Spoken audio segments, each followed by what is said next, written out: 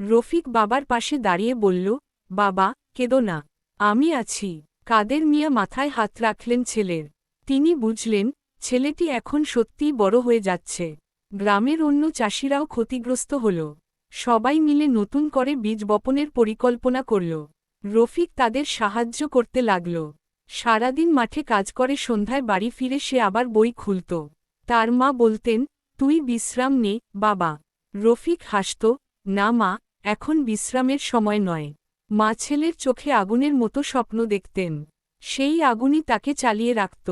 গ্রামে তখন উৎসবের মৌসুম। সবাই পিঠা বানাচ্ছে, গান গাইছে।